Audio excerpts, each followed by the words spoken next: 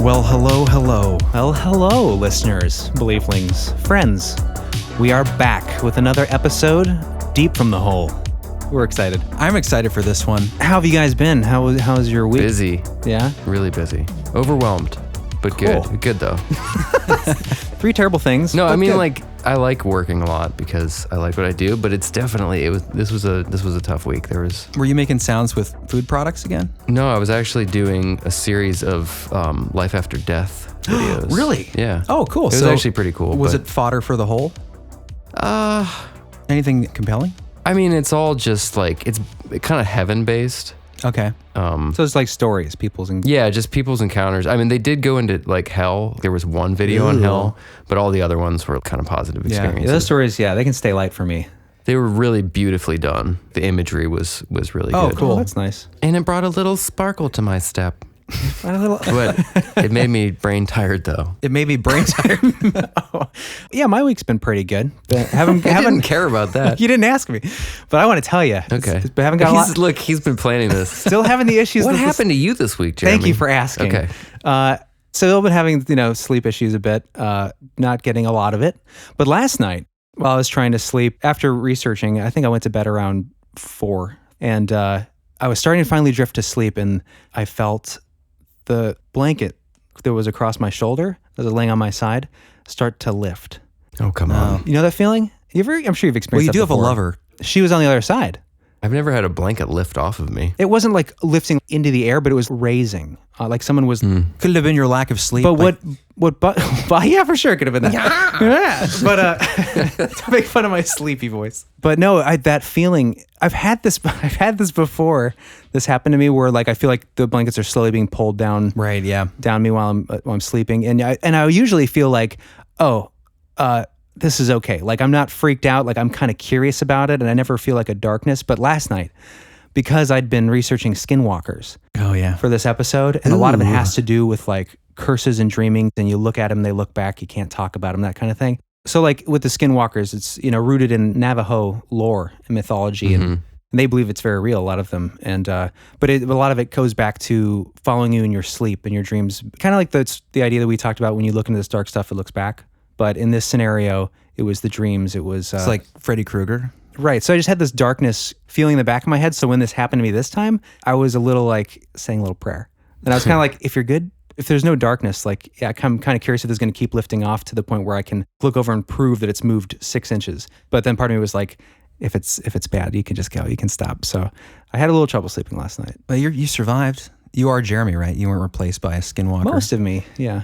Since everyone's traveling right now, traveling home for the holidays and stuff, we thought it would be cool to do an episode on stories of travelers, weird encounters, unexplained phenomena that happens while you're on the road, while you're going from here to there. And that's kind of what we're going to be doing coming up, and I'll let you explain that in a second, Chris. But in the second half, in the expansion, if you guys sign up at Patreon, we're going to be getting into kind of the myth, the lore, and real encounters of Skinwalkers out in the Southwest, which is a Navajo tradition. We did Skinwalker Ranch in the past, We right? did, which is I think in Utah, and there's some connection to the Skinwalker phenomenon, but that's a much broader paranormal experience. And yeah, that's like a paranormal playground, Skinwalker Ranch. And I think some of the accounts that occurred at Skinwalker Ranch were Skinwalker-esque, which is how it got the name Skinwalker Ranch, but it's way more than that. Yeah.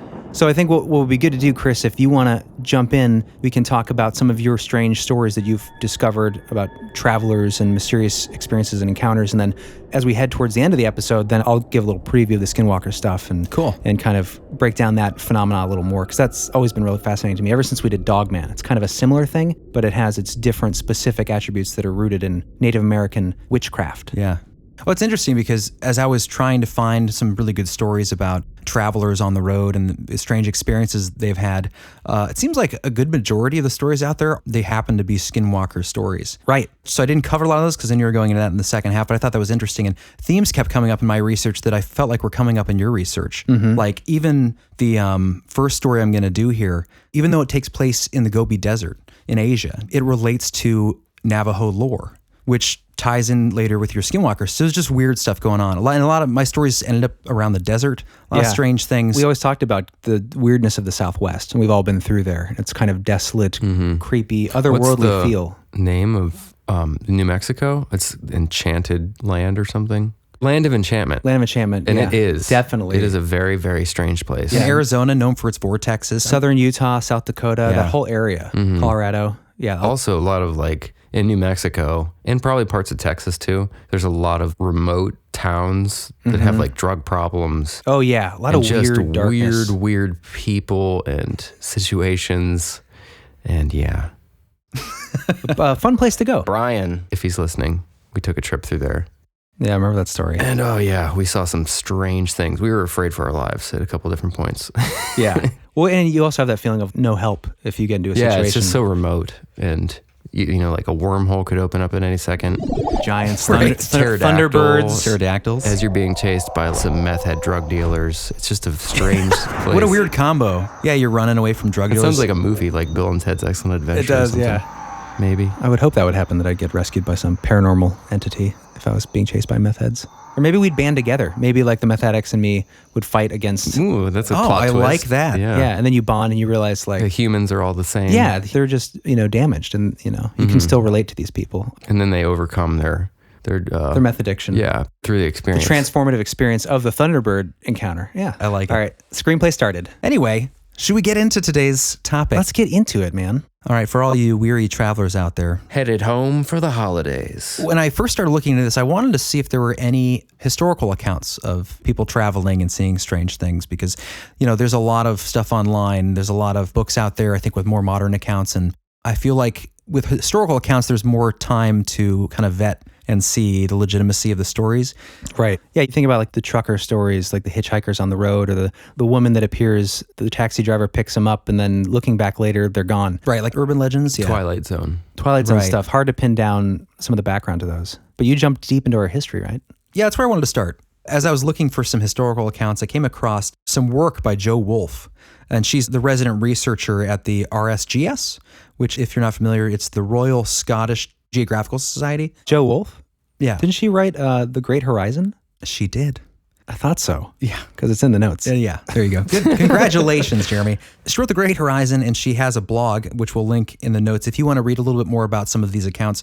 And a couple that I'm not going to read because we kind of know some of the stories. I think one of the most famous expedition accounts, you have the reconnaissance mission of George Mallory and Eric Shipton, the Shipton expedition. Nope, I do not know what you're talking about. Those are the guys that went out and discovered the legend of the Yeti. They Tibet? have those great footprints. The Himalayas? Yeah, we touched on it on a previous episode. Maybe we'll do one deeper on that in the future. But yeah, they were out in the Tibetan Plateau. Everest, remember? Oh, no, yeah, I know what you're talking about. Yeah, another person she mentioned was Mary Kingsley, late 1800s. It's a really cool story, which I might touch on when we do more of an orb story. It ties right into some phenomenon at Skinwalker Ranch, so it was fascinating. Of course, yes, the blue orbs. We need to cover that at some Right, point. because it was late 1800s. She's in these African swamps, and you have these orbs coming out of the jungle. That sounds interesting. Yeah. Why don't you cover that now?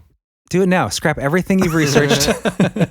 I could tell you briefly. I'm just surprised you didn't touch on that because it just has some vivid imagery. Well, John, you probably remember the blue orb in Skinwalker Ranch when we did that episode. There was the one that went over the dogs and ended up melting them. Oh, yeah, it was a really sad sad story. And then there's one where I think the Bigfoot creature, whatever it was with no neck, crawled out of that orb in the sky. And I heard an account recently from a guard that worked at Skinwalker Ranch how he saw these blue orbs multiple occasions and they were moving against the wind. There weren't dust particles. And it just reminds me of that story that I always forget where it came from, maybe New Zealand or Australia, where there was like a hiker walking around a corner in a trail and there's a woman at her kitchen window, her cabin or whatever, and she's looking out and she sees the hiker walking, and then around the corner is this little blue orb coming around the other way to meet the hiker as they go around the bend, and then right as it comes around the corner, the orb opens up and swallows the hiker and he disappears. Does that explain some of the 411 accounts? The missing 411? How do you know that happened? It was a report written by this person. I mean, it's a story, But no one was there to actually account for that. It was right? the woman who was watching from her kitchen window. She saw that? the hiker get swallowed up. Oh. Yeah. Well, that's weird. That'd be hard to go outside ever again. after that. Those blue, purple people-eating portals. I wonder what happened to him. Do you think he was food or do you think he got transported That's somewhere? a great question. There's no way to know. Unless we try it ourselves. Now I wish I had done the story on the Hey, we'll save that for next time. Mary Kingsley. Yeah, I mean, I can briefly tell you her experience when she was in the African swamps in the late 1800s, and she saw these blue orbs come out of the jungle, and they're dipping into the water in front of her, and all of her native guides are terrified. calling them the Blue Devils. You know, they take people. They were just like the dipping story. into the water? Yeah, like dipping down into the river. She's on a canoe, and these things are coming out of the jungle and dipping into the water in That's front of her. really strange. Just staying a little ahead of them, and they're like, we can't go that direct. Those are... Well, that's before technology would have even been possible. Oh, yeah. In a situation, unless there's, hidden ancient technology. Right. that we Right. don't I mean, know you about. don't... Tartarian technology. Incandescent light bulbs were like a brand new invention at this point. It was late Allegedly. 1800s. But I like her spirit, though, because she said, like, she wasn't afraid of these blue devil type things. All she could think was she had all these friends back home that were scientists. She's like, if I could just get a specimen for her friends back home. You're going to snatch a blue devil orb. As it snatches your finger right off. Right. But yeah, it's interesting. It does relate to a lot of those stories. So we should do an episode down the road on that. But today's story is focused on the work of Mildred Pierce. And she was a missionary also in the early 1900s, like 1923. So this excerpt I'm about to read comes from Joe Wolf's book, The Great Horizon. Okay. So that's where a lot of these stories come from. All right, we'll link that in the show notes, guys, so you can read more of these stories. Oh, and there is a little bit of dialogue in here, guys. So you read green dialogue, Jeremy? Okay. Who am I doing? You're doing blue. You're going to be And blue what throughout kind the of whole person thing. is it? Okay, yeah, that's a good question. So Gotta have a good accent. you will be the driver or her camel driver. Okay. So he's going to be like a Middle Eastern... Oh, God. No, it's China. It's the Gobi Desert. So, John, you could probably just sound kind of mysterious, All right, you ready? Let's do it. Here we go. In 1923, when Mildred Cable first set out into the vastness of the Gobi Desert, her mind was focused firmly on the task that lay ahead of her. She was a missionary, and she intended to spread the word of the Gospels among the remote and scattered villages of northwest China. All kinds of dangers lurked on the horizon. Quite apart from the excruciating heat, tyrannical warlords tended to greet unexpected guests with summary execution. That much Mildred already knew. She was not, however, expecting to find hazards of a less tangible nature. Dust spouts rose from the desert floor, sometimes in ones and twos, and sometimes in such numbers that the air seemed alive with them, whirling all around the little caravan like a demonic horde. Mildred's caravan driver, or Bash, told her that these dust spouts were known to desert dwellers as Kwei, tortured spirits who covered their fleshless forms with sand as they roamed the desert in search of a human body to possess. Then there were the voices. Mildred was alarmed when she first heard them. The following is an account from the Gobi Desert by Mildred Cable. Halt! I said, There is someone calling. There is no one calling, said the Bash. and there is no reason to halt. Cannot you hear?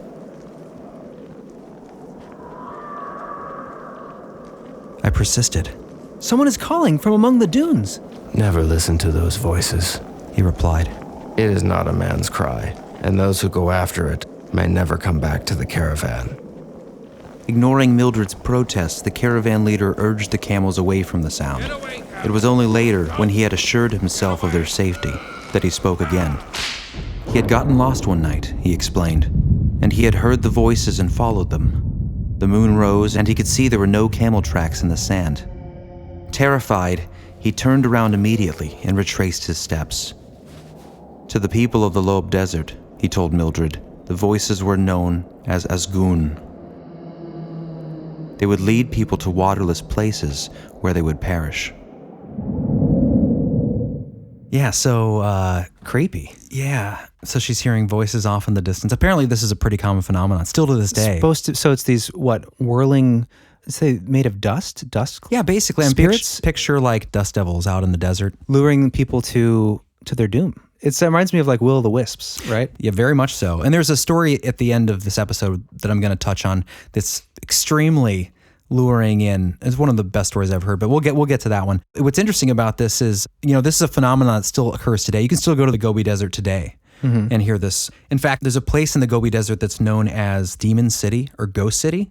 Couldn't that be just a natural, Absolutely. Yeah, and that's kind of the argument. like a mirage almost? Right. Like the wind howling in the distance. auditory mirage. And it's so barren out there, I'm sure. But I like the idea that it's actual spirits. It's a cool story. Obviously, like the culture out there has believed for centuries that they're basically spirits of the dead that are lost, and they want to suck people in. They're like the damned spirits. Right, and they want to lure you into basically die of dehydration in the desert, So they just keep collecting, growing their I communities. wonder if there's anything to it. I mean, we live in a weird world, and obviously we discuss these topics. There may be some validity to them. Yeah, I mean, definitely like you can bring up scientific explanations that are, practical and logical, but we definitely do that far too often where we just immediately, this culture is wrong, our Western ideas are right about science. Right. For example, there are these structures out there in the Gobi Desert called Yaden landforms or Yaden landforms, but they're these giant structures that have been worn down by, centuries of time and wind, and they're very unique to this area though.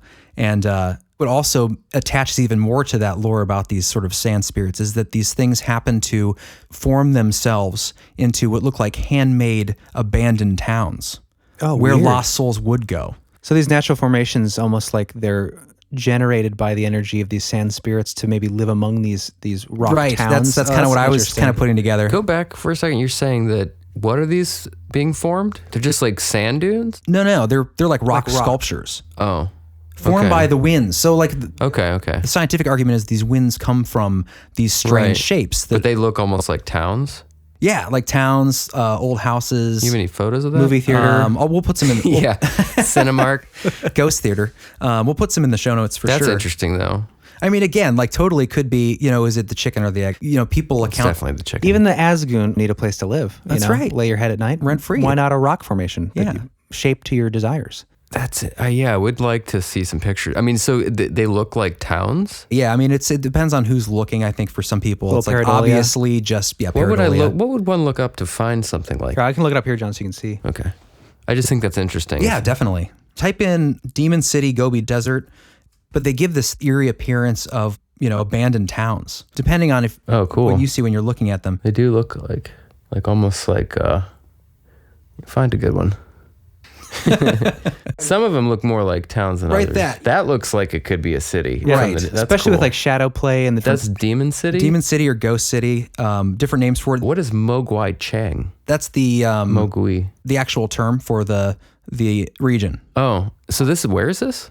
This is in the Gobi Desert. Oh, I said this like 3 times. well, I didn't know China. There's a lot of information to absorb. I know. Ooh, look at that one. Oh yeah, right there. That's a great one. We'll put that in the show notes. Oh yeah, it kind of almost looks like a Pueblo village. Wow, that looks pretty compelling. I think what is so compelling to people when they see some of these places out there is that they look in that vast landscape of rolling nothingness. Then you have these what almost look like That looks almost like ancient architecture. right. If you were a traveler, I could see you being like, I need a place to camp out. That's where I'm going. It looks like there's plenty of places I could, And then they go there and they never leave. Azghun eats them. Whether there's legitimacy to this or not, you can see how people would start to build this lore around it because imagine you're out in the desert and you start hearing benign things that you wouldn't think would be heard in nature, but sounds of plucked guitar strings, sounds of bells, and then things way more creepy like sounds of babies crying, sounds of wolves howling, sounds of people arguing. And that's what brings these people out to this, devil city. Right. Where they die. So people have died in this place? Yeah. Wow. I mean, I think less now with technology, but over the years, yeah. Litters of I mean, people. that's how the lore got built up when, her guide is telling her about, you can't listen to these voices. Right. Because they'll take you out and they'll take you out. That's creepy. Yeah, it is like a siren. You hear those, those stories are everywhere. The idea of something luring you, Right. into the darkness to maybe be fed on, maybe your energy, your Maybe adrenochrome, maybe your body. maybe everything, maybe every little bit. One quick point of fact I wanted to make was that this ties into a lot of lore around the world. So I think that's another thing that gives these kinds of ideas legitimacy is when you have ancient cultures with similar, very specific ideas. This idea of whirlwind spirits, tornadoes or dust devils that are actually the spirits of the dead that are going to cause harm. And I quickly want to read just real quick a little bit about the Navajo connection. In Navajo religious belief, a Chindi is the ghost left behind after a person dies, believed to leave the body with the deceased's last breath. It is everything that was bad about the person, the quote, residue that man has been unable to bring into universal harmony. Traditional Navajo believe that contact with a Chindi can cause illness or ghost sickness and death. Chindi are believed to linger around the deceased bones or possessions, so possessions are often destroyed after death and contact with the bodies is avoided. After death, the deceased's name is never spoken, for fear that the Chindi will hear and come and make one ill. Traditional Navajo practice is to allow death to occur outdoors, to allow the Chindi to disperse. If a person dies in a house or hogan, that building is believed to be inhabited by the Chindi and is abandoned. Interesting. So this is a correlation with the Navajo that has a similar kind of Azghun, right? Right. The same kind of idea, like this residual negative energy left over. I like the way that the Navajo say it, that it's the energy that can't be put into universal harmony. So it resides maybe separately from the other part of the soul. Is that kind of the idea? Yes. But the reason why I thought it was fascinating is because I don't know if I read it there in that section, but they're described as being small whirlwinds. That's the connection. Ah, yeah. This dust devil spirit. Okay. I just thought that was an interesting tie-in. Right. Well, especially because of the description. Yeah. The whirlwind. And I had my very first, when I was young, and who knows what this was, but I still can visually see this in my mind. My very first, quote, paranormal sort of experience was on our house in Stonewood. And I was laying on the couch. How old were you? Probably like 5. Really young. It's one of my first memories. And I look over, something catches my eye above the kitchen table. And above the kitchen table is this slowly rotating grayish white tornado-shaped cloud. What? Yeah, this was the very I remember this. first. You remember this? And I remember like, What do you mean you remember this? You remember him telling you? Yeah, I remember the story. because this was a thing. I can't independently verify his story. Okay. I don't remember it. I didn't know if he was like, Jeremy, quick, there's a rotating cloud dust above the microwave. Well, we talked about it. You know, me and my friends got together. We talked about it. And we're young, so we're like, it's probably, you know, a Native American chief tornado. We're just coming up with ideas. Tornado. But, you know, I was so young, and I always look back at it like, was this really anything? Chief tornado. Way to cheapen the Indian culture. Well, I was 5. I'm But with a joking. terrible Everything name. was a stereotype at 5. Anyway, but back then there weren't resources like the internet, things like this. I remember going to like the local library and trying to find things on, you know, whirlwind ghosts. And I could never find anything. When you were And 5? Or no, later on. Okay. A couple years later. That was advanced. Maybe I was 6. I don't know. I was very young, but I remember not being able to find anything. And, you know, over the years, I've always remembered this, but I never heard about a specific thing like this until researching for this episode. And I was like, man, that sounds just like one of my earliest memories, honestly, that I can still remember. That's really interesting because you didn't have any knowledge of any Native American lore at that time. You were Right. just a kid, but it's funny because we're going to cover some Navajo lore in the next part in the expansion on our Patreon portion. But one of the stories I didn't cover was about a curse. And one of the things that happened towards the end of the story when the guy gets the curse resolved from the help of some Navajo tribal leaders is as he's leaving, he's driving down this road and in this low-lying cloud forms in front of him, a white cloud, and then contorts into the shape of a gigantic white buffalo. Oh, the white buffalo. Yeah. And it was just weird because that just kind of reminded me, you know, if that story is true, it just reminded me of, you know, the twisting of wind and cloud and forming into something. I mean, who knows? Mine could have been like some, you know, my brain's still developing at 6 years old. That's a lot of, you know, things Still going on there. developing at 35. It's always Maybe it was just developing. more open, could see more clearly. That was meant as an insult, but I think I it was know. kind of actually a bonus. Usually when you look at me and smile a little bit, I'm expecting an insult. So even if it doesn't come off well, I get it. Yeah. We should probably take a quick break. Thanks, guys, everyone who's written in so far, everyone who's Yeah, we got a couple Signed new up. patrons after the last release, so we welcome you guys aboard and looking forward to having you be in the expansion. Yeah, hope you enjoy the expansion, I extra like content. that. I think that's a good name for it, Beliefful Expansion. I dig it. It's hard to not say booster pack. Get the extra playing cards. Sounds like vaccines to me. Get all your shots. Ouch. All right, guys, well, we're going to take a quick break, and when we get back, we're going to get into some more creepy encounters on the road and Yeah, got a lot to do. strange travels. Buckle We up. still got a ways to go, don't Yeah. we? Okay. Hang in there. All right. We'll see you soon.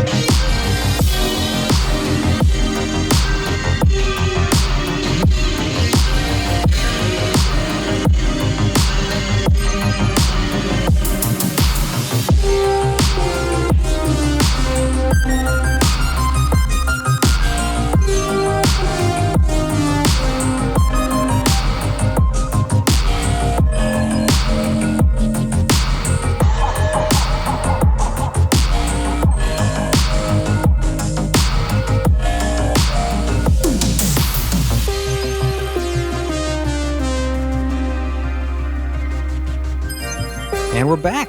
Welcome back, guys. Hope you guys enjoyed your break. Now we're going to get into the story of the wingless wolfman, right, Chris? Yeah, but before we do, I thought we could briefly touch on Maddie's story. We had a listener who kind of springboarded our idea into this. She has a family experience of a strange side road creature, Something seen on the roadside that's inexplicable. And I love the story just because it's a bizarre encounter. I love the really weird, fringy things that are witnessed that don't really fit into, the normal. Right. This has the feel of kind of like a Mothman or winged creature, and yet not at the same time. Yeah. So this is for Maddie.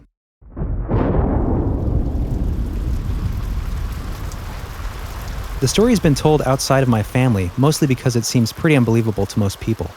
This is an experience my mom and younger sister had about 2 months ago in Lebanon, Ohio. I'll try to tell it as best I can. It was late, maybe 11:30. There was a lightning storm going on and it was pouring rain. My mom described it as a very electric sort of feeling. She said the energy was very different. They were taking back roads to get home from my grandparents. It's a route we've all driven numerous times. So it's dark and it's pouring rain, and at this point my sister was, in her own words, mesmerized by a set of glowing eyes caught by the headlights. At this same moment, my mom became fixated on what she describes as about 7 feet tall and oil-slick black, with long draped feathers that reached to the ground. She said its feathers were similar to an ostrich, but long, touching the ground and flaring out. I am fairly certain that there are no ostriches in Lebanon. She said this encounter happened in a flash, too brief to get a good look, although the thing was motionless. She looked to the road and back, but it was gone in a split second. My sister refused to let her stop to turn around. After getting home, she searched all over online, trying to find anything she could about what it may have been. It's so weird because it just reminds me of the other, the speak pipe we had from, I think it was Kat, about the giant dog in the middle of the road. No, that was Anna, I think. Anna, yeah. Anna and the giant dog in the middle of the road. Right.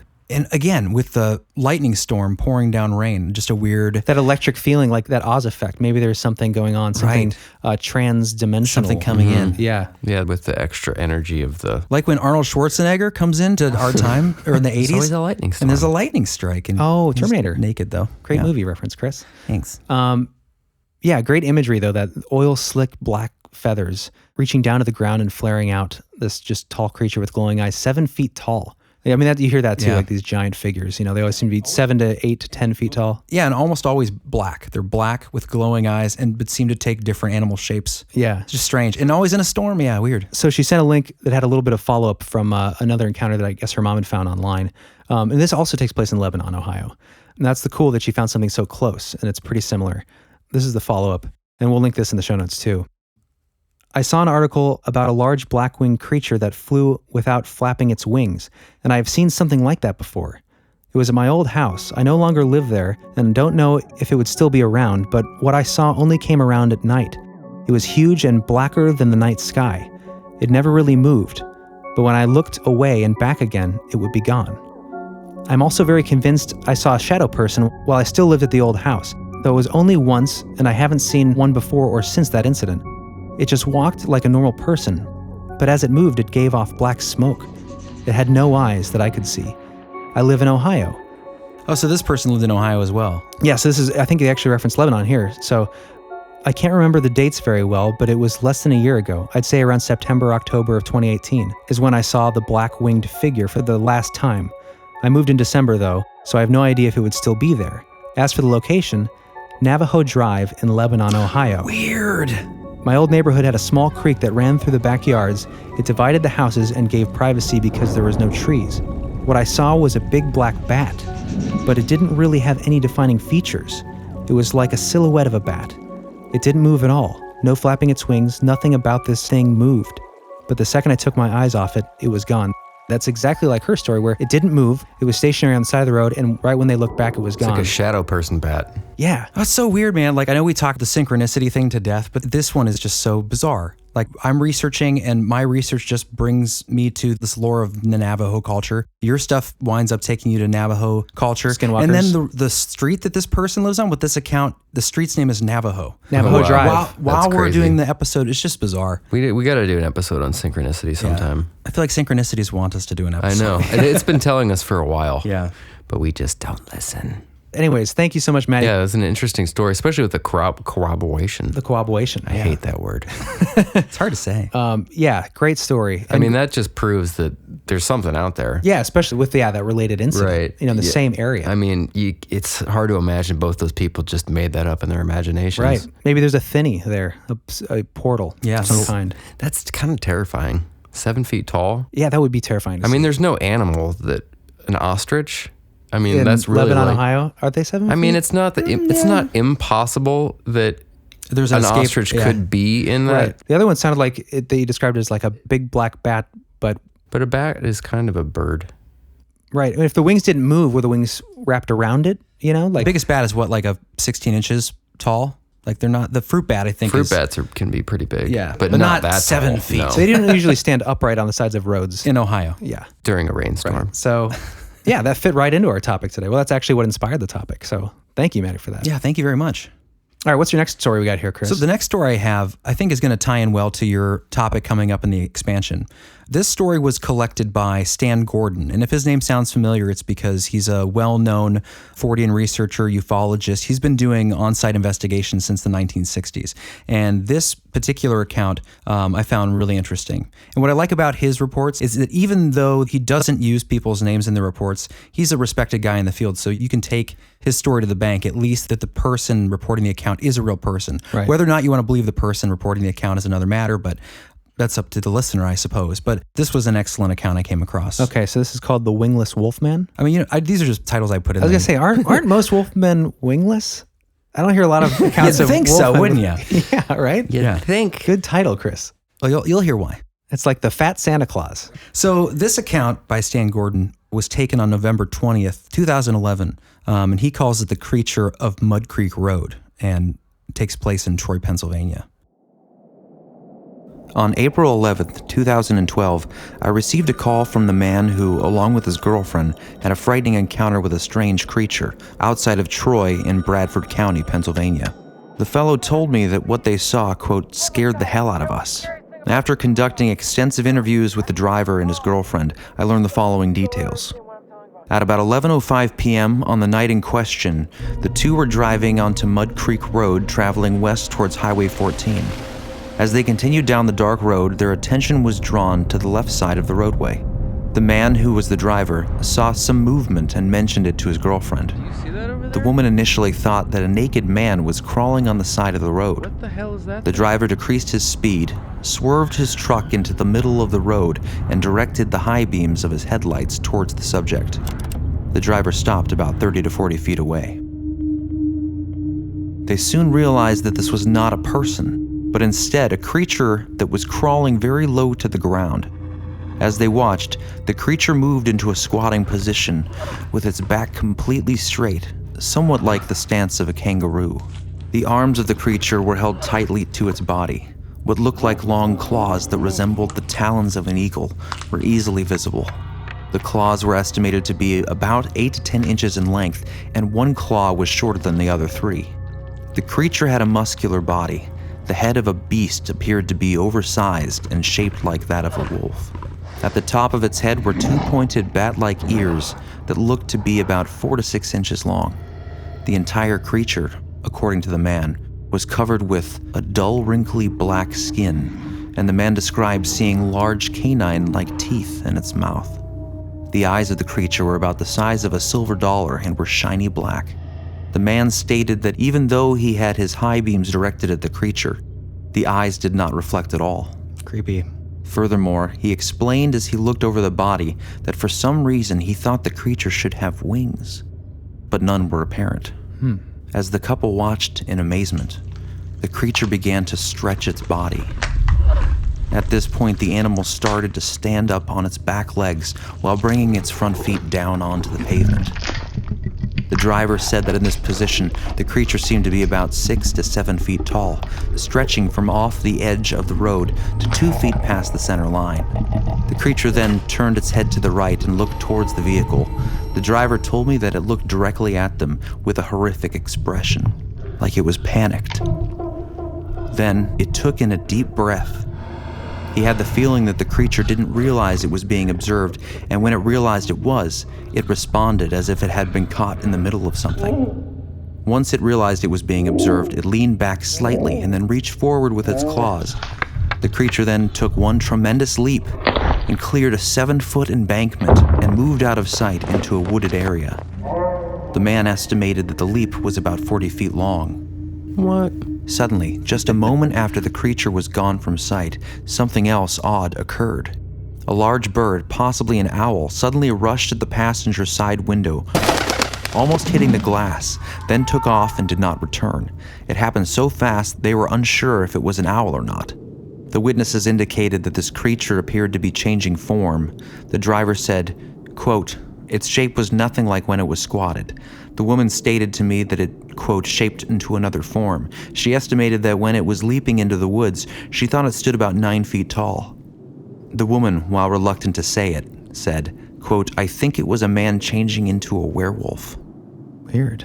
The man, after the experience, went onto the internet to try to figure out what he saw, and told me that the closest way he could describe the creature would be a gargoyle with no wings. The man commented, quote, "I will never forget what we saw that night." That sounds like a shapeshifter. Definitely sounds pretty unbelievable unless you're there in that moment, I would imagine. It sounds like something that would come right out of a Skinwalker story from the Southwest. Yeah. You Well, know? yeah, looking back on the story, and that's why It jumped 40 feet. according to this, That's like raptor jumping ability. right. Well, and that's the other thing is like it's Raptors. Clever girl. at first it's gray and no hair and wrinkly skin. Its eyes are there, but they're not reflecting. It's almost like they're not formed. It's caught mid transformation. Yeah, once I started thinking shapeshifter, I started like looking back at the account and realizing like, yeah, there are these aspects to it where it's like it would be a mid sort of. And I love that line where the witness said it didn't notice us, and all of a sudden when it realized we were there, it was like it was caught in the middle of something. Yeah. It's interrupted. Just that's creepy in my mind. Like whenever you come across an animal, you see it before it sees you, and you realize, that moment, where like it's distracted by a metamorphosis. Maybe it's Right. distracted by its own changing. Wasn't expecting to be there in that moment, and then boom into the forest. You Yeah, know? that's- Interesting. I mean, That's what you should have titled it, Shapeshifter Interrupted. But yeah, we'll hear in the expansion, the Patreon section of our episode, there's a story a lot like that. I mean, a lot of these stories it's misshapen. It looks kind of like a wolf, kind of like a coyote, but there is a misshapen attribute to it that's not quite right. That, like it's in mid-transition, or they just can't get it quite right. and that's typical in the Native American lore, right? And it's not just Navajo; it's several tribes, right? Well, it's weird that this takes place in Pennsylvania, but most of the shapeshifter from what I've looked at comes from the Navajo, right. in that Southwest area. Well, and who knows if this happened? I mean, I think it's a great story, and I know Stan Gordon's a respected guy. As far as the person reporting the account, we unfortunately don't have his account to listen Right. to and judge ourselves. But in the second half, we will have an account. But the reason I left in that part about the bird coming at the vehicle, the only reason I left that part in is because it ties right into the next story, which I was really hoping, John, you would read. It's short. Yeah, I can do that. There's a great site called the Truckers Report, and one of the forums that was started was, do you guys believe in the supernatural? Have you ever seen that's anything cool. out there when you're driving the highways? Have you ever seen Specifically anything? trucker stories. Yeah, so it's not just any random Reddit kind of thing. That's kind of typically what I think about. Just I have that kind of on the highway with the trucker Right. because they're just constantly driving. Exactly, yeah. Just so much. And I feel like that's the sort of space where, you really kind of start to detach from reality almost just Yeah. because of the long hours and you're just kind of in that zone. Right. So if anyone's going to have those kind of experiences, it's going to be truckers. Yeah, any truckers out there listening, sometimes I wish we had a live radio show because I'd love call-ins. But any truckers out there listening, got any crazy stories? Anytime you want to send in crazy stories, on the highway or in your bathroom. Or if you're a taxi driver or a plumber. Right. Send them in. Bus Yep. driver. We do not discriminate against professions. Professions of listeners. But John, yeah, if you want to read this one. This is Owl Attack? Owl Attack. And Yeah. Should I do it like a southern do a little, accent? yeah, give it a little southern draw. I think this guy definitely has got a southern sort of All right. tone in his text. During the summer of 2009, I was doing a graveyard shift of tomato hulls. It all started with an owl coming down on my hood, and it just stood there, and it turned its head at me and wouldn't move. I honked the horn and it flew away. The next day I was driving down a 2-lane road with my windows halfway down, and out of nowhere this owl hits my driver door, hard. His body was halfway in my truck, and it screamed like a chick would. I almost rolled the truck over. Luckily, there was no oncoming traffic.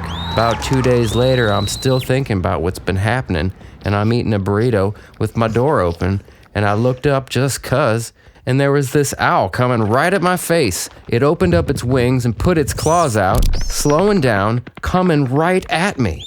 Holy guacamole. I tossed that burrito and jumped into the passenger seat, barely closing the driver door, and I heard his claws as they scratched the top side of the door. I've never been so scared by an animal in all my life. Now I dread owls. Why were they after me? I heard that evil spirits take shape of owls. Now I'm scared again. Scared again. And it ends with pound, pound, pound, ... I don't know what that means. Maybe expletive, like a swear Maybe word. he's so passionate he's pounding his armchair. That was well done, John. Yeah. Thanks. It's funny. Owls are, I mean, you hear owls in all kinds of lore, but that is one of the animals that gets noted as what shapeshifters, especially from the Navajo. And I'm not an expert, obviously. Right. And who but from what knows- I looked into, there's mostly coyotes, wolves, ravens, and owls. That's kind of the. Night predators. And this might not even be paranormal. It was funny because it's about this constant barrage of owl attacks through his This week. guy has something about him Driving. these owls That want. is weird, yeah. It'd be interesting if he's going through the same area. Yeah. Yeah. It's like there's some protective owl spirit. I just thought it was funny because it kind of correlated with the previous story where at the end, like totally separate from their whole encounter with the shapeshifter thing, that bounds off into the forest, and then an owl Yeah. flies at their car. Just a weird connection. Yeah. Yeah. So Good story. Thank you for reading that, John. Sure. Supernatural or not, it was fun. That was fun. I had a good time. Jer, if you want to read one, this is also from the truckersreport.com. And this one I thought was pretty cool. Again, elements of the supernatural, maybe. Definitely a strange experience. Okay. I was driving to work around 3:30 in the morning on a back road in Mississippi, near the Louisiana line. I was probably going about 35 or so, as it was raining and the road is winding with no lines or anything. It's dangerous enough in daylight under normal conditions. Anyway, I'm driving along and suddenly, this jet black horse just flies out of the woods on a side trail. There was a rider decked out in a black cloak with a hood and everything. The horse must have been blasting at full speed, and the rider's cloak was just whipping in the wind. They must have ran for a quarter mile or so, and then darted off down another side trail and disappeared into the darkness. A buddy was riding with me, and I looked over at him, and he looked over at me, and we both said something along the lines of, "Did you fucking see that? That was weird." You added that last part. Okay. So it's a guy in a cloak riding a horse? Yeah. At night? So, 3:30 in the morning? That's weird. It would be creepy. 3:30 in the morning, and also, again, it's raining. Right. So That's storm, weird. black thing coming out of the woods again. This With time a it's cloak on? with a Yeah. cloak at 3:30 in the Sounds morning. like something from another time. I mean, yeah, that sounds the Ghost of Paul Revere you or don't, something. Yeah, you don't ride around at 3:30 in the morning on a horse. Right. Where did nowadays. this take place? Does it say? Was it an Amish country? Mississippi line. Louisiana line in Mississippi. Maybe it was like a Civil War reenactor, just like really impassioned or on drugs. In all black, though? Well, that's a good color. Slimming. Slimming.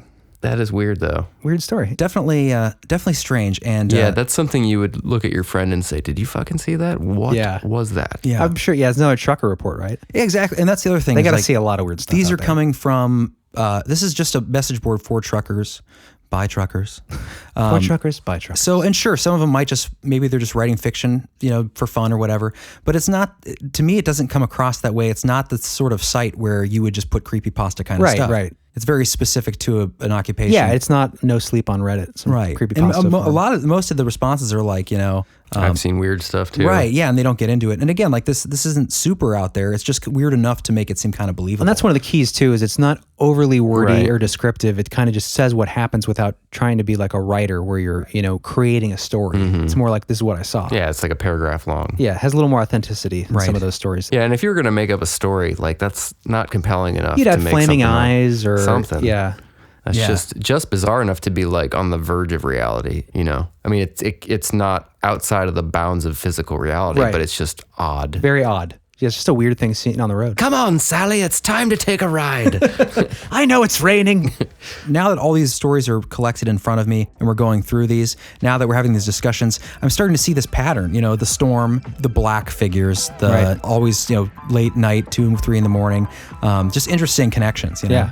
Well, that was good. I think that should bring us up to our next break here. And then we can come back and finish up your stories and then get into a little bit of a Skinwalker preview and lore before we get into the expansion. Absolutely. All right, guys, stick around. Drive safe.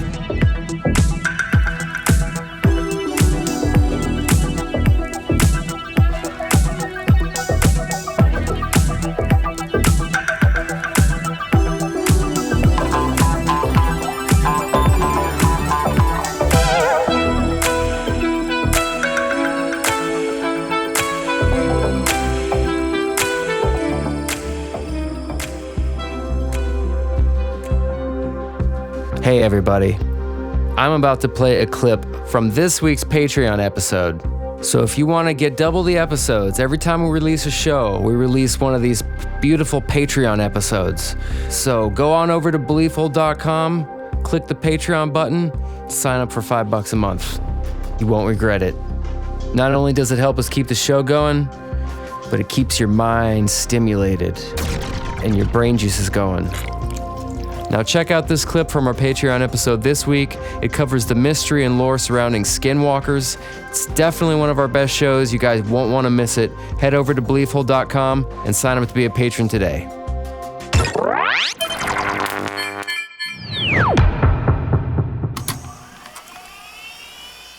I was always fascinated with this idea, and initially I thought, like, because the descriptions are like werewolfish, right? Like you have this man, like bipedal, man-shaped kind of creature, usually with a wolf or coyote head, dog head. But there's a major distinction between what people would witness as a dogman versus a skinwalker, despite the physical characteristics, the transformation and where these things come from. So I'm going to read a brief description here about the, and this is corroborated from my other research and from other areas and the book that I'm going to reference later. But this specific reading is just a good summary, and this comes from NavajoLegends.org. The Navajo Skinwalker legend is one of the more complex and terrifying stories steeped in mystery and evil intent. Many Navajos believe firmly in the existence of skinwalkers and refuse to discuss them publicly for fear of retribution. They believe skinwalkers walk freely among the tribe and secretly transform under the cover of night. The term Yi Naldushi literally translates to, with it he goes on all fours. According to Navajo legend, a skinwalker is a medicine man or witch who has attained the highest level of priesthood in the tribe, but chooses to use his or her power for evil by taking the form of an animal to inflict pain and suffering on others. And this is one thing I heard corroborated by Corey Daniels, who's a researcher. He lives in Arizona, but he goes deep into the skinwalker topic and everything. And he had an experience too where he talked with a local medicine man, an elder, and they were discussing it, which you couldn't discuss, but I guess he owned a gas station, so he would like give away beer to people like just want to hang out. I want to go to that gas station.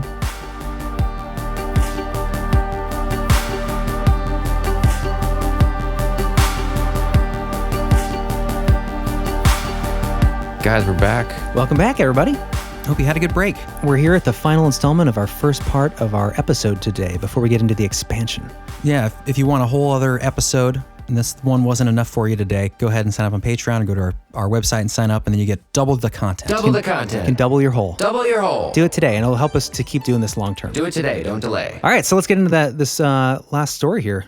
Yeah, so this story, this might be familiar to some of our listeners out there. If you're really into the fringe, the strange, high strangeness stuff, this is a story that's been circulating for a while, often referred to as the Gadianton Canyon incident. And for our broad audience, take in the details. There's definitely controversy around the story for a lot of reasons, and we'll get into that after the story. But regardless, it makes for, I think, a really good story. And for you guys, Jeremy and John, if you are up for it, and you want to do the dialogue, can you do a combination of 4 college girls? And you don't have to. I can do at least one college girl. Yeah, you can just do the same voice each time. I'll try. Okay. Yeah, we'll create some characters. They'll be highly offensive to college girls. Yeah. Sorry in advance. They're going to be Valley girls. Sorry. Yeah. Sorry, that's the college girls that we know from movies when we were growing up. Because I didn't meet a lot of college girls when I was in college. Sad. Oh, okay. So, all right. Am I the blue then? Yeah, John. Yeah, you be blue, Jeremy be green. We'll see how much this makes sense. I'll try not to overdo it with the annoying girl accent that I'll probably end up doing. Okay, ready? Let's go for it. So this is the Gadianton Canyon incident.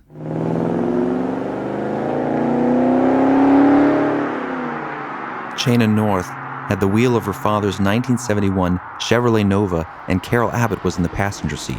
Sitting in the back seat were Lisa Rockefort and Bethany Gordon. It was after 10 p.m. when the girls crossed the Utah-Nevada state line 9 miles east of Medina. There it is, the Southwest. That stretch of Utah Highway 56 is pretty desolate, all sand and sagebrush, so the girls were pretty happy when they spotted the Union Pacific Railroad crossing at Medina. But just past the rails, Shayna noticed something strange. 2 sets of blacktop highway headed off into the desert. One veered sharply to the southeast, the other shooting northeast towards the Canyon County further north. Which one do we take? Wow. That's going to be your voice. She's a miniature person. Should I do another one? No, I like this. Yeah.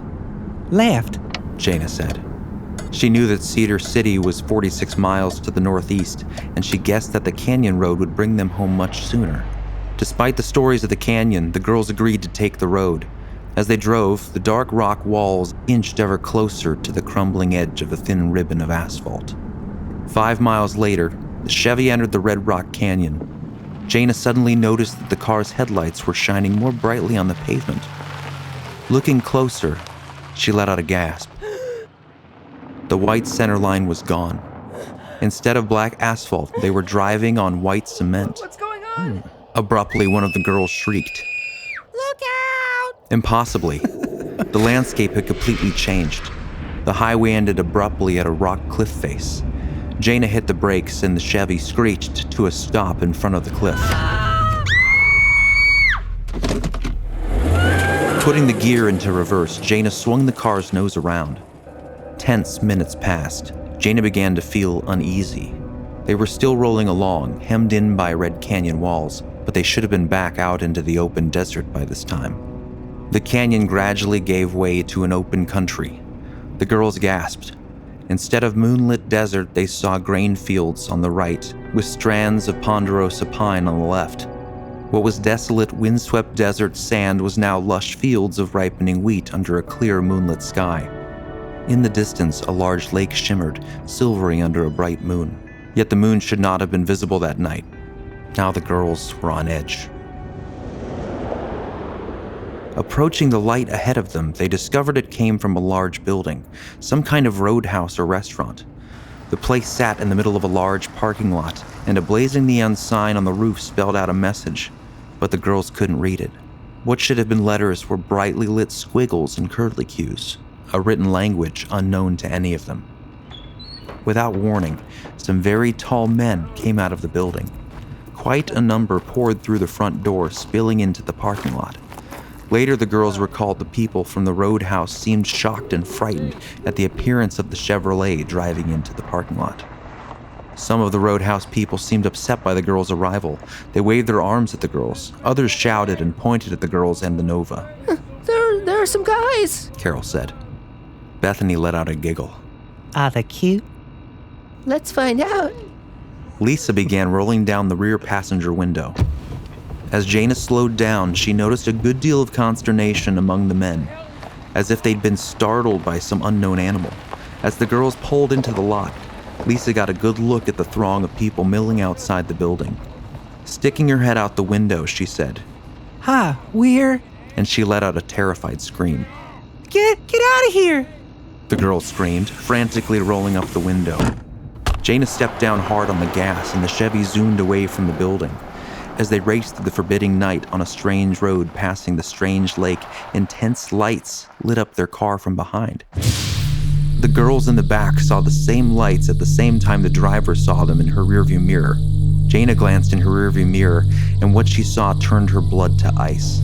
Oh my God, they're coming after us. Go faster, Carol, faster! 4 egg-shaped vehicles mounted on tricycle wheels were following them. A single bright white headlight shone from the front of each pursuing car. They made a strange whirring or buzzing sound as they rolled along, humming and whining loudly as they closed in on the speeding Nova. The Nova's engine roared as its speed crept towards 80 miles per hour. Still, the crazy egg-shaped cars pursued them. Jaina, go faster! They're gaining on us! Ahead, the road led back into a red rock canyon. Jaina's Chevy plunged into it at 80 miles per hour. The Chevy's tires kicked up a billowing cloud of dust. They could no longer see their pursuers. Then the girls were back into the canyon. The Nova's roaring engine reverberated off the sheer rock walls. A rooster tail of dust rose up behind them, and soon none of the girls could spot the whirring egg-shaped things anymore. As they flew out of the canyon and into the desert, the road before them all but disappeared. The car bucked crazily over sagebrush and sand, and they skidded out of control, sliding into a gully and crashing into the bottom. The engine died.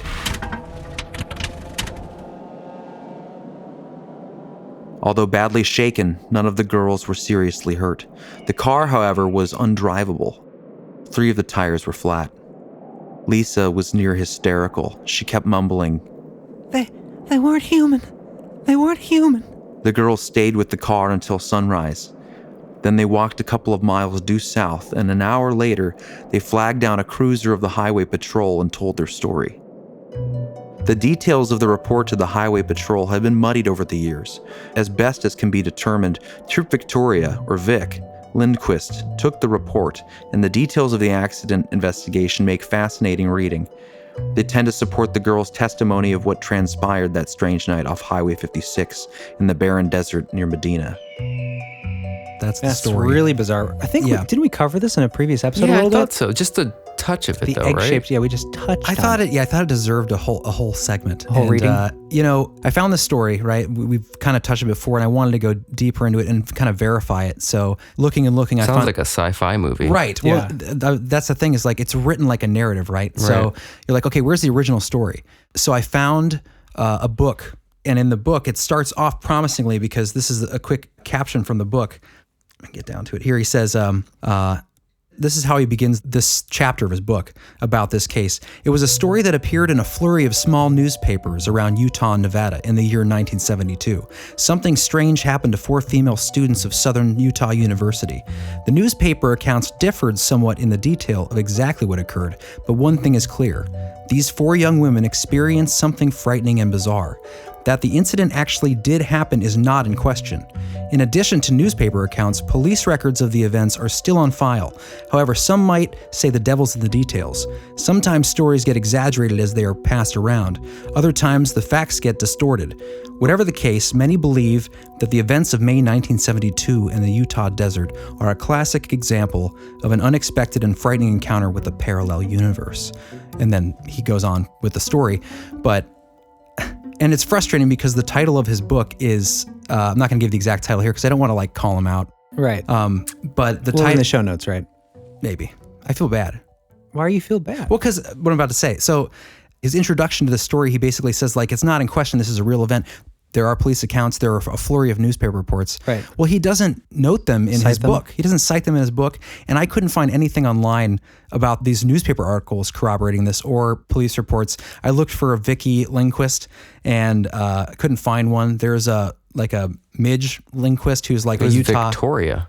Right, Victoria. But I couldn't find that. I couldn't find this person. So it started to seem like, but it was frustrating because this book gave me hope because it was like true stories of experiences with parallel universes. So you think there'd be at least some sort of due diligence when it comes to like the references. But as far as I can tell. Doesn't necessarily mean that just because it's not online. Like when did this happen? 71? I mean, that's 72. No, that's not what bothers me. What bothers me is in his book, there were no references. Usually in a book. Like at the end of the book, there was no well, how would citation. you reference a newspaper? I guess you'd say the newspaper. Yeah, you'd and- list the year, the newspaper, the publication. Yeah, you should always list where stuff came from. Otherwise, Right. otherwise you could say anything. Right. You know. I mean, I'll double check. I did not see any citations in his book, but I'll double check. Did you call him? I did not call him. Hey, guy. Still link in the show notes so people can decide for themselves. Okay, yeah, we'll do that. What I was going to say was the first red flag obviously is how it is really well written. Like that's why I wanted to do the whole thing. Well, he obviously must have added some color to it to make it more of a story. Well, this isn't that guy's account. I didn't use his written version of it because this one was so good. And I think this is the original posting. And I think, it gets reposted on different forums. The earliest reference I heard was 2007 when it was supposedly initially posted somewhere. But the earliest account I could find online that's still up anyway was a 2010 reposting. But it is a fascinating story. And I think it's really well written. So I just Definitely wanted Twilight Zoning. Well, as far as like parallel worlds and that idea of crossing over into these potential other dimensions and realities, this is definitely one of the stories that I've heard passed around a lot. It's like one of the best Right. and stories. it is in part of the country where if it was going to happen, that's where it's going to Right. happen. Yeah. Even if it's not wholly true, it Utah, Nevada. feels like it could be true. Right. And It is, for that sure. area definitely inspires that feeling and those kind of ideas. It's true. Yeah, It's and true. If the claims are true, I think what is interesting, according to this, if these police records do exist, and if anybody out there happens to work for the Utah State Highway Patrol, and you want to send us, do some research and find the this account, supposedly these are the facts within the police report that do make it a compelling case. If you do believe the story, number one, there were no tracks showing where the Chevy had left the highway in Medina. So it just all of a sudden tracks begin in the highway as if it came from some place. Number two, tire tracks from the wrecked Chevy extended only 200 yards back into the desert and ended abruptly. So you got tracks from the wrecked car and then nothing, and then you have the highway and then no tracks leading off the highway. So in other words, the car is inexplicably placed without any tracks leading from the highway to where It's like, think of Back to the Future. When was the number 3 when he appears, they're chasing him in the desert, the Indians, and like all of a sudden the tire tracks start in the desert. Imagine that. That's kind of the idea. Number 3, no one could explain how the Chevy had gotten nearly 2 miles north of Highway 56 without leaving any physical trace of its passage. So kind of the same thing. And the last thing, although volunteers searched diligently, no trace of the Chevy's front hubcap was ever found. So the idea is it was left in this other universe. And somewhere in another world, officers in egg-shaped cars are examining a hubcap. Right, it's in a museum. Yeah. But yeah, I think it's a fun story, and I think it's one that a lot of people have seen online, so I thought it'd be good. It was good to cover, at least go over it. Yeah, well, we covered it. We did. Now there is, I think, the best story, and we'll save this for the expansion if we even get to it then. One of the best examples of what I think a very legit example of a potential blip into a parallel reality, or it could just be a ghost bar. But either way, it has a bar, like a pub. You can trace it to the person who actually experienced the account. There's physical evidence. What is it? Tell us about it. What happened? You might have heard this in a couple other places, but it's a story about someone in northern Wisconsin who's traveling deep into the forest hills and going through these towns, and they stop for a bathroom break, and they get to a saloon where some very strange and kind of terrifying things transpire. Very unexplained, but it's a story where you can actually hear the account from the person in their own words, and there's actually physical evidence to this day that at least the place once did exist. Interesting. Okay. But there's a lot of weird stuff that happens, right? Yeah, weird and terrifying stuff, Jeremy. Okay.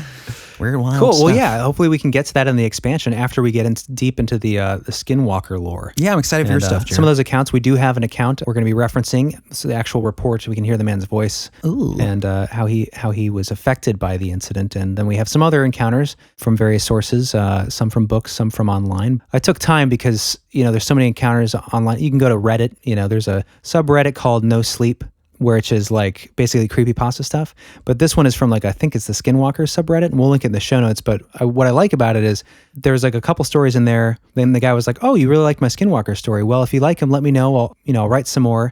And then people started attacking him, being like, "Hey, this isn't No Sleep subreddit. This is supposed to be real stories. Right. If you have encounters, leave them." So they do their own kind of policing of that forum a little bit. Weeding out the creepypasta. Right. So you won't get a lot of too much of that flowery storytelling. It's like more, that last story. Right. It's more, there's one that's like one of the top rated stories from Neptune 420, I think is the guy that I'll read, that will go through his encounter. And that's it's a little more written out, but still has that feeling of authenticity. And I checked these user profiles that we're going to be reading from the ones that came from Reddit and these places. And I looked at their other stories, other postings, and none of them were paranormal or had anything to do with anything except for fat cat pictures. Yeah, that always makes it feel more credible. Right. Yeah. So, but yeah, we'll be getting into that in the next part. I'm looking forward to it. Yeah. Yeah. Well, for all of our regular listeners out there, We bid you adieu. drive safely, Merry Christmas, Happy Holidays, all that good stuff. Keep your eyes on the road and off of the Skinwalkers, please. That's right. Please do. Until next time, be good to each other.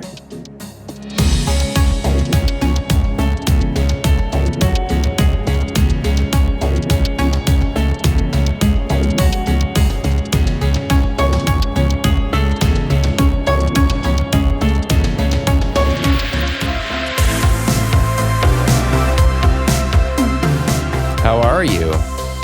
How are you? I'm good. Better now with this upbeat music we got for our expansion. Expansion. Feel the hole. Get in the hole. Welcome to the expansion, friends. Expansion of the whole. I'm always excited for the expansion episodes because I get to have some beer, Yes. relax. Expand your mind. Crack a beer with us, pour a cup of tea. Put on an 80s flick. Well, don't do that because then you'll It'd be distracting. After. But we are back with the expansion just for you, special people who support us to help us keep doing the show. We immensely thank you so much for that. Most definitely. Is that even the right way to say that? We immensely thank you. I liked that it. Doesn't sound right. Sounds good. All right, well, with that bright, upbeat music that we have coming in, leads us perfectly into the feeling of this next topic, Skinwalkers, which Not at all. deals with Navajo witchcraft, the potential sacrificing of your loved ones, curses, Perfect. demons of the desert. Yes, the Navajo We witches. will probably come up with a new intro for that at some point. Yeah, we're feeling it out. Yeah, the expansion thing is new. And for patrons that have been around for a while, they've seen our kind of slow drip content that's been on Patreon, our unicorn episodes. Thanks for sticking around. Yeah, Yeah. our off the cuffs. But for all you new folks out there, these expansion episodes are just as full and rich and wonderful as our regular show drops. Yeah.